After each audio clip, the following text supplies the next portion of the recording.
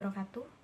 Pertama-tama marilah kita panjatkan puji syukur kehadirat Allah Subhanahu wa taala yang mana pada kesempatan kali ini kita masih diberi kesehatan jasmani maupun rohani.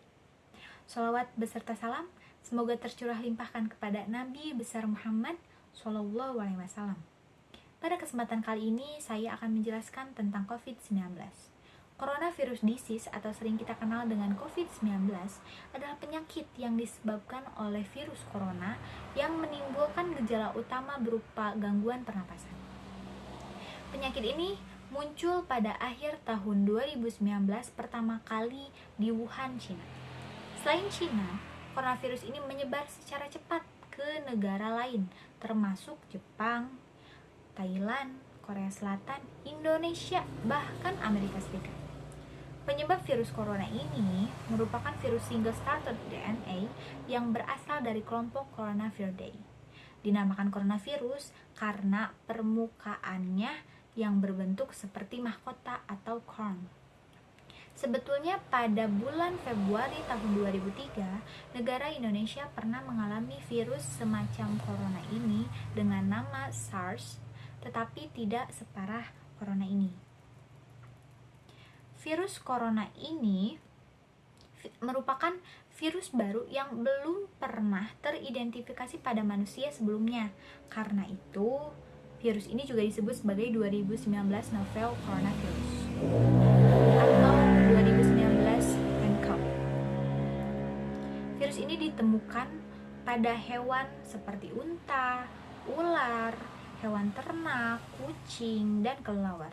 Manusia bisa terinfeksi virus ini jika terdapat riwayat kontak dengan hewan tersebut, misalnya peternakan, perdagangan di pasar. Namun, adanya lonjakan jumlah kasus yang terdapat di Wuhan, China menunjukkan bahwa coronavirus dapat ditularkan dari manusia ke manusia. Virus ini ditularkan melalui droplet, yaitu partikel air yang sangat kecil yang biasanya keluar saat batuk atau bersin. Droplet ini bisa terhirup atau mengenai lapisan kornea mata seseorang, berisiko untuk tertular penyakit ini. Meskipun semua orang dapat terinfeksi penyakit ini, namun mereka yang lanjut usia, mereka yang memiliki penyakit kronis, dan memiliki daya tahan tubuh yang rendah lebih rentan mengalami infeksi ini.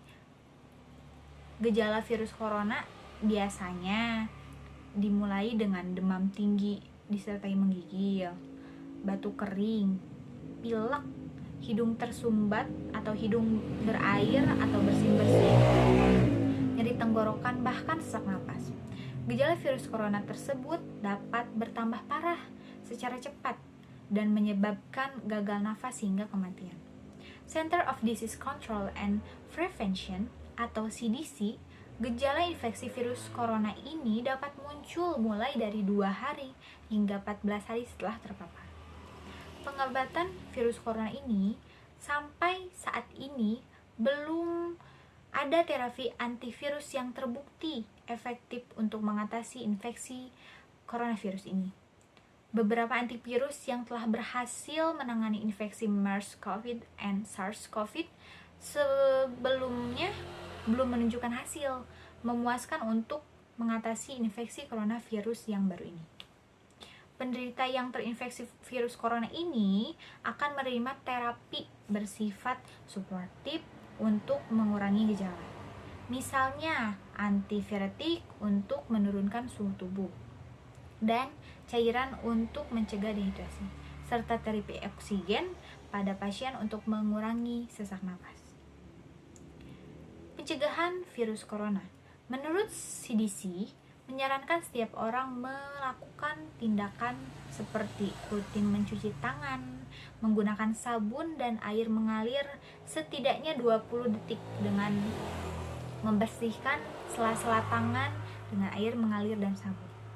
Apabila tidak memungkinkan karena tidak adanya air dan sabun, bersihkan tangan menggunakan pembersih tangan berbahan alkohol atau sering kita sebut dengan disinfektan.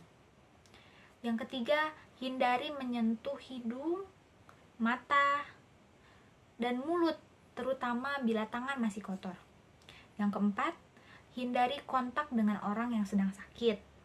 Karena dengan orang yang sedang sakit, orang itu akan lebih mudah terpapar daripada orang yang sehat. Yang kelima, tetaplah di rumah bila sedang sakit. Karena jika kita keluar, kita bisa saja menularkan penyakit yang ada di tubuh kita kepada orang lain. Yang keenam, tutup mulut dengan tisu atau dengan menekuk siku saat akan bersin ataupun batuk. Yang ketujuh, hindari kontak dengan hewan secara langsung. Yang kedelapan, hindari bepergian terutama ke daerah yang kasus infeksi coronavirusnya tinggi. Yang kesembilan, hindari mengonsumsi daging yang belum matang sempurna. Demikian uraian yang dapat saya sampaikan. Semoga bermanfaat. Mohon maaf apabila banyak kekurangan. Wassalamualaikum warahmatullahi wabarakatuh.